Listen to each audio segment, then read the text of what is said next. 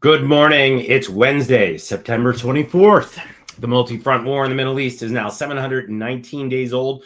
I'm your host, Jonathan Schanzer. Welcome back to the FDD Morning Brief. Well, the insanity continues at the UN. A bunch of Western countries have all signed on to recognize a Palestinian state, and they've done so with the full knowledge that the move will accomplish little, perhaps nothing, other than possibly placate their restive Muslim and radical leftist populations.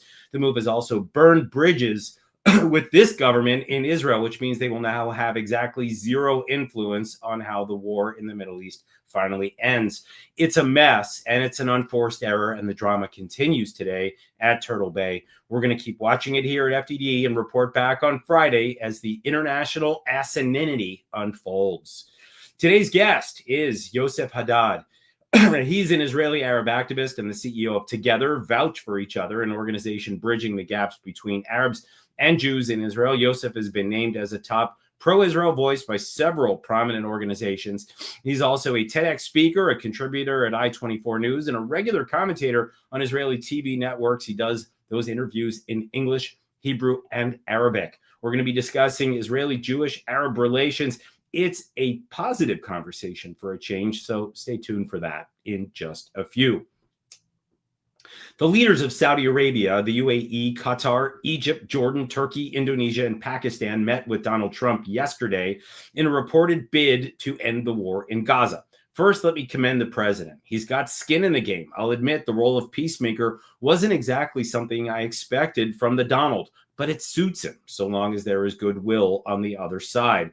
Speaking of goodwill, let's tip our hats to Indonesian President Prabowo Subianto, who stood up before the jackals at the United Nations and defended Israel's right to live with security. He even ended his speech with the word shalom. Wow. Now compare that to the dirtbags from Qatar and Turkey who've been unwavering in their support for Hamas since the war began in 2023. Compare that to the leaders of Egypt and Jordan. Their peace agreements with Israel are tenuous, and their anti-Israel rhetoric makes them sound like flat-out enemies. Bottom line, other than Indonesia's president and, of course, the UAE, none of the Muslim leaders yesterday were serious about peace. They just like slamming Israel and then complaining about the war. That, plus Iranian missiles, gets you never-ending conflict in the Middle East. So do me a favor, your excellencies, shut your hummus holes, quit your grandstanding, and put pressure on Hamas to release every last hostage and then surrender for the sake of the Gazan people you purport to defend, because we all know it. That's the only way this war ends. Now for your headlines. Headline 1. If you weren't already worried about the rise of thinking machines, you definitely want to think twice about getting your news from AI chatbots. Surprise! AI is an unbiased. Analysis by the Washington Free Beacon has found that OpenAI's ChatGPT, Google Gemini, X's Grok, and Perplexity AI list Qatar's Hamas-loving Al Jazeera as one of their top sources on the Gaza war. Yes, you heard that right. These AIs deem Al Jazeera a more credible source than publications like the Times of Israel or the Jerusalem Post when answering questions and providing news summaries about the Gaza conflict. I wonder how much money the Qataris spent to make sure that their pro-Hamas drivel was pushed to the top of these new tech platforms. Just disgusting. I think I need to take another shower.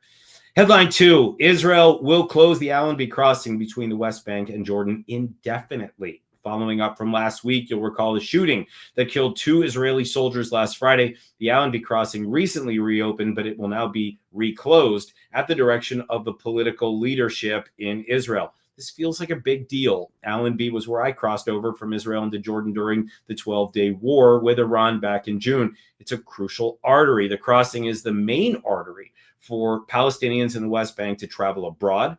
It's also where truckers transport commercial goods between Jordan and the West Bank.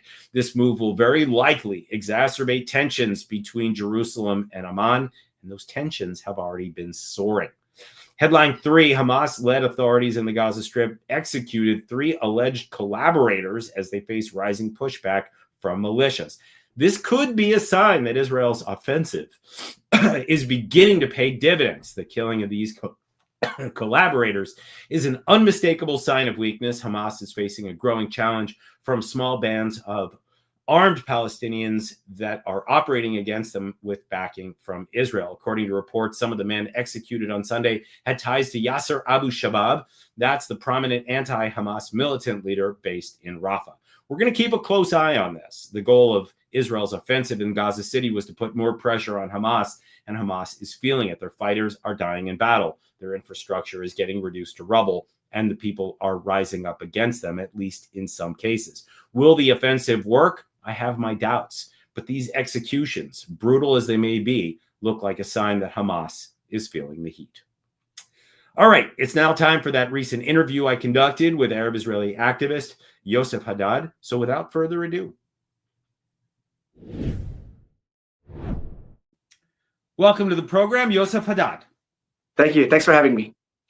Okay, I want to start with this. You have a fascinating background. You are an Arab Israeli. You appear a ton in Israeli mainstream media. We see you a lot in social media, and you have a really unique message. You are out there defending Israel day in and day out. You're a keyboard warrior, as they call it. How did you arrive at this place? Well, I think in order for me to answer this question and quickly, I have to go back actually to my childhood. I was born in Haifa, which is the largest mixed city in Israel, raised in Nazareth, which is the largest Arab city in Israel, at least back in a few years ago. And the reason why I'm mentioning Nazareth and Haifa is, even though I grew up in Nazareth, I always found myself go to Haifa and play football there. And because Haifa is a mixed city, we played football from all the tapestry of Israel. I mean, there were Jews, Christians, Muslims, Druze, all of us just playing football, and we did not care about the identity or the ethnicity of each and every one of us. We were all Israelis. And because of that, and because of the fact that I grew up playing football with different kids and different communities, and we never looked at it as they are different from me, then we felt equal. And the fact that we felt equal, it allowed me to see the reality of the Israeli society, where you have Jews and Arabs together living. And yes, it's not everything about politics. It could be even more than that. And by the way, we have so many similar things together. And then step by step, we start even getting to know each other in terms of knowing the tradition and the culture of each other. And because of that, the fact that I know very well the tradition and the culture of the Jewish society, of the Muslim society, of the Druze society, and of course of my community, the Christian community, this itself made it possible for me to bridge even more gaps and to realize and understand better each and every community. That's how we do it. That's how we should do it. This is why I call for everybody, learn about the tradition and the cultures of different communities here, and also language. The fact that I know Arabic, the fact that I know Hebrew, and of course English, it definitely helps me to bridge gaps as well. So there you go. This is the best ingredients to do that. I honestly, it just sounds like the best of what Israel has to offer. And I Absolutely. am struck by the fact that, sports can be the great equalizer. Of course, we don't call it football here. You guys play soccer. We have a much better sport that's called football, but that's another discussion for another time. I just want to tell you, in some cases, I had worse debates whether to call it football or soccer than the Palestinian-Israeli conflict. I want to note something. When you play 90% of the game with your hand, you can't call it football. Well, you can, and we do. And by the way, welcome to America. We just defy everybody. I love it. I love it. Okay, I wanted to ask you just about the Arab-Israeli community. That's yours, right? That's sort of where you hail from. Nazareth is obviously a hugely important town, and it is in the north of Israel where we have what's known as the Triangle. The Triangle is, of course, home to a lot of the Islamist Arab Israelis, notably the Northern Islamic movement, which has close ties to Hamas. Just, if you would, just tell us a little bit about how the Arab Israeli community has fared over these last, 700 plus days of war. It can't be easy, obviously, for Arab Israelis. Some feel disaffected. Some feel distant from the state. Some, like you, feel closer and, you want to defend it. How does this all break down? How do you read what's happening across the Arab Israeli community? Well, I think I have a really interesting story that happened on the 7th of October, 2 years ago. regarding to what the Arab Israelis are feeling and their approach toward what's going on since the 7th of October and until today. One of the residents of Nazareth, who actually doesn't like me, in fact, hates me, and hate every thing that I do. He gave me a call around 3 p.m. on the 7th of October. That was about 8.5 hours since the beginning of the attack by Hamas. And I thought, okay, he wants to rub it into me or whatever it is, so I don't want to answer him. After a few times he tried to call me, and I didn't answer. He sent me a message and he said to me, listen, please talk to me. It's not what you think. I got curious, so I answered and I said, Maxim, I'll hang up if you start cursing me again or whatever it is. But instead of that, I was really surprised because he said to me, listen, I understand. And the reason why he said I understand, because at that time that we spoke, which is an 8.5 hour after the attack, Hamas was actually in control of part of the southern of Israel. Okay? In fact, only after 50 hours, Israel declared again control of the south of Israel. Meanwhile, at that time, in our heads, we are actually thinking of Hamas occupying the south of Israel and moving towards the center.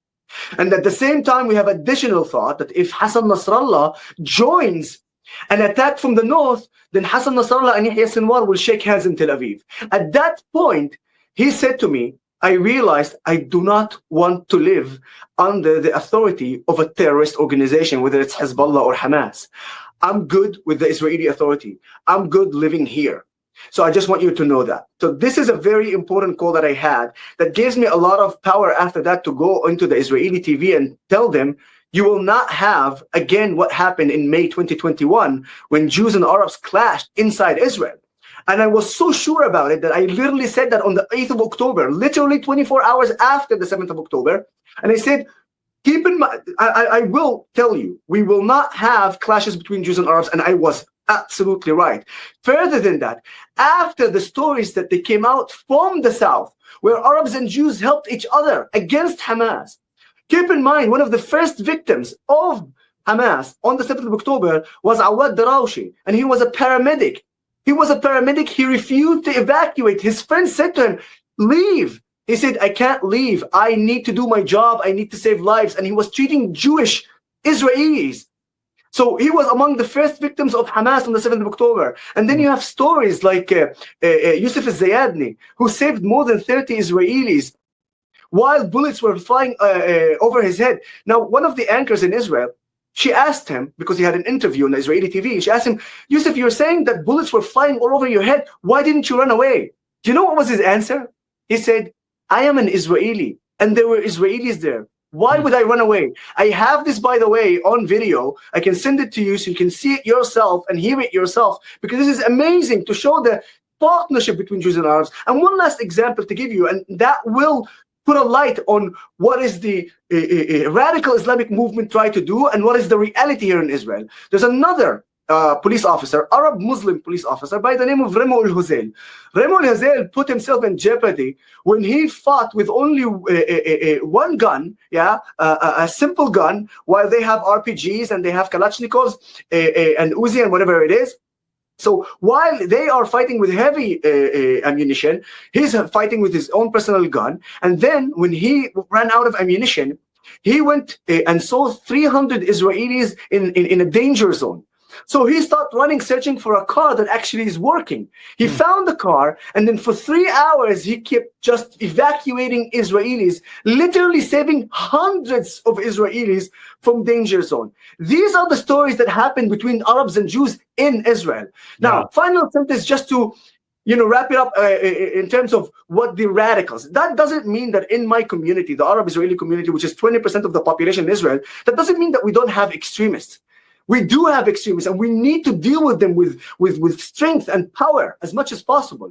But what I want everybody to know when you guys seeing me right now is that despite that it seems like they are the majority, they're not. They are the minority.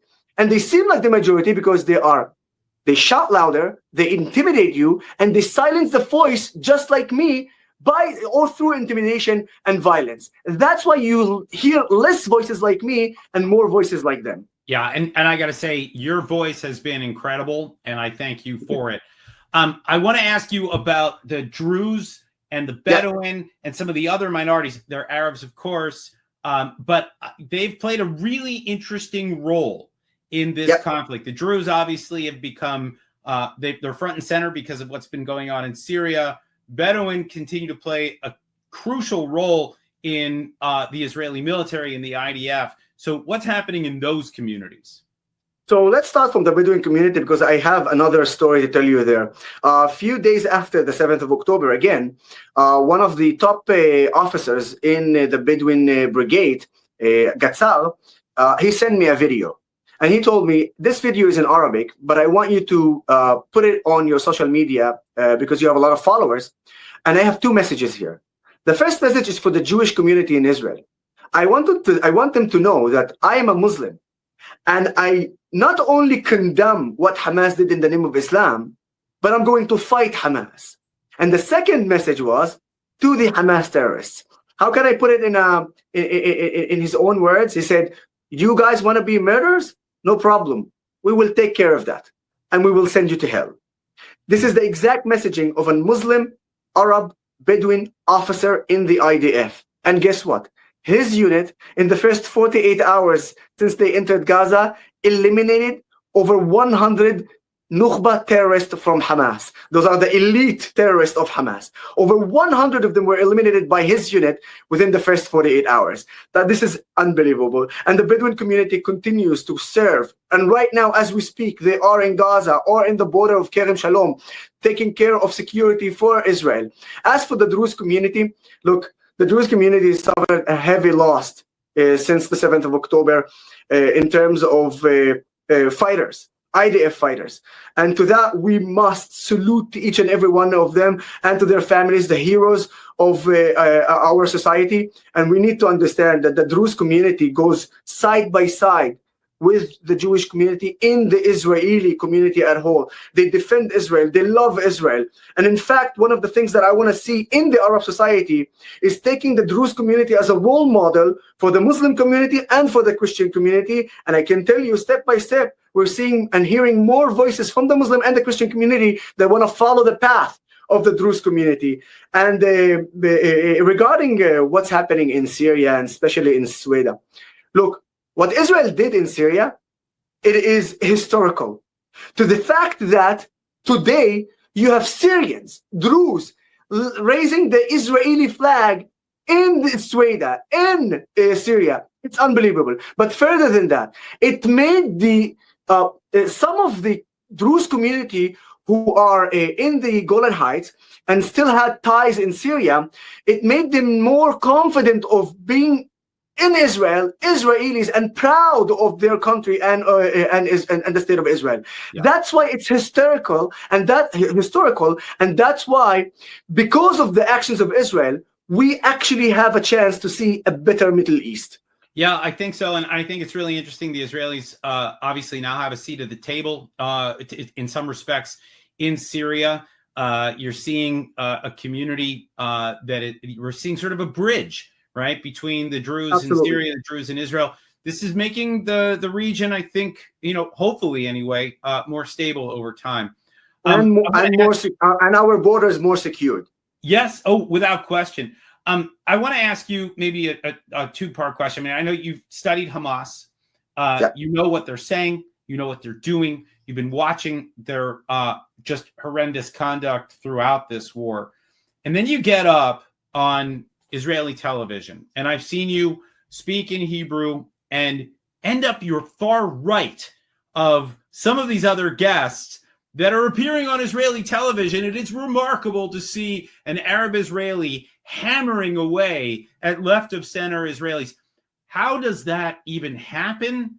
And how has that worked out for you over the course of these, roughly 2 years? It's been quite a journey for you, from what I can tell.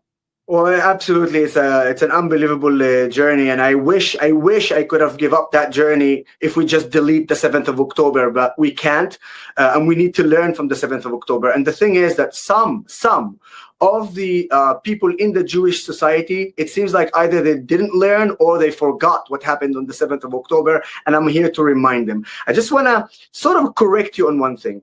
I don't see myself whether I am in the way that I push back from the far right or right. It is very actually simple. There's no right or left. There's no Arabs or Jews. There's no secular or religion. When it comes to the security of Israel and when it comes to fighting our enemies, you don't have right or left. You don't have Arabs, Jews. You don't have secular or religion. You have what is called a citizen of Israel.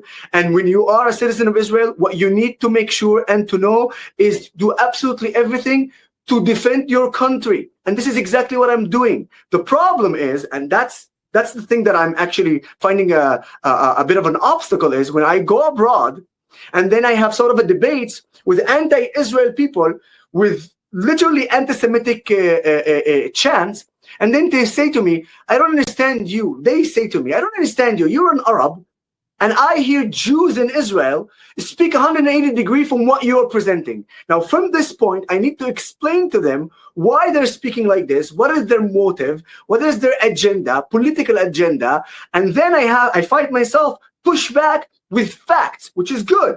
But instead of me focusing on different things, I'm focusing or attacking, I'm focusing on defending. And I'm focusing on defending because of some of the Jewish people in our society. Now, here is my, let's say, a conclusion on that. Look, there are many Israelis from the Jewish society who unfortunately either do not understand the reality of the Middle East and don't realize the mentality of the Middle East. And I keep in mind, I do not want to be like our enemies, but we are a Western country with Western values, and I want to keep those values. But if we do not know how to balance between the fact that we are a Western country and a country in the Middle East, we do not have the right to exist. And this is what I'm trying to say to some of the Jewish people in Israel and tell them we have to balance. So yes, do I want peace? Absolutely. Anyone who sends his hands to shake it and to do peace with me, I will send my hand back and I will shake this firmly. But if you send your hand to hit me, I will cut that hand. And this is the message that I'm trying to say. I want peace, but if you want peace, you need to make sure that your enemies are down on floor and begging for it. That's how it works in the Middle East. And when they do that, or with others who just want to have peace and normalization, open the door. I'm the first one to open that door. So this is what I'm trying to do. And you know what? Some of those so-called journalists, who literally quoting the agenda of the terrorist organization Hamas against the IDF, against their own country. They're doing it just because they are gaining some political gain or whatever it is. So shame on them. But I will, unlike them when they use emotions, lies, and emotions, I use fact, and fact. And guess what? Fact, don't care about your emotion. That's true. Look, I want to commend you for all the great work that you've been doing over the last almost 2 years. Yoseph Haddad, thank you for your time today. Thank you for joining us today on the FDD Morning Brief. Thank you for having me. All right, good stuff from Yosef. Here's what FDD has on tap for you today. First up, in Unheard, Ruel Marc-Garec tackles the question of whether Israel can really end the war in Gaza or if we're careening toward an open-ended occupation. Ruel argues that destroying Hamas outright is maybe not exactly feasible. What's left is the hard reality that Israel will remain responsible for Palestinian governance, like it or not. His case is that the only sustainable path is a humane occupation, one that protects civilians while keeping jihadist movements in check. Look, I don't know if I agree with all of that, but Ruel is always thoughtful. His piece is worth a read. Turning to Sudan, FDD's Hussein Abdul Hussein notes how a surge of radical Islamism inside the Sudanese armed forces is straining ties with Egypt and other regional players. Cairo and Riyadh are now pressing for a ceasefire and civilian transition in Sudan, but General Abdel Fattah al-Burhan's army, which is populated with Islamist militias and backed by Turkey and Qatar, always they're going to pop up here, is pushing back. Hussein argues that unless Washington and its allies increase pressure, Sudan risks splitting into two states with Islamists holding the upper hand. And finally, with a bunch of Western governments recognizing a Palestinian state in recent days, the National Post in Canada published a rebuttal from FDD senior fellow Ord Kittry and former Canadian Minister of Justice Irwin Cotler. The pair argue that Ottawa's support for a state of Palestine without disarming Hamas, freeing hostages, or reforming the Palestinian Authority would reward terrorism, contradict international law, and gut the land for peace framework. In short, Palestinian statehood must be the product of a negotiated peace and not the prize for intransigence and violence. All right, it's time for another mic drop. This episode is done. Check out the expert analysis on our website and across social media. You can still make a generous tax-deductible donation at fdd.org/invest. We would appreciate it. Happy New Year to all of our Jewish listeners out there. Eat some apples and honey, blow a ram's horn, and all the other things. Tune in Friday for another episode of the FDD Morning Brief. Until then, I'm Jonathan Schanzer, as always, signing off for FDD.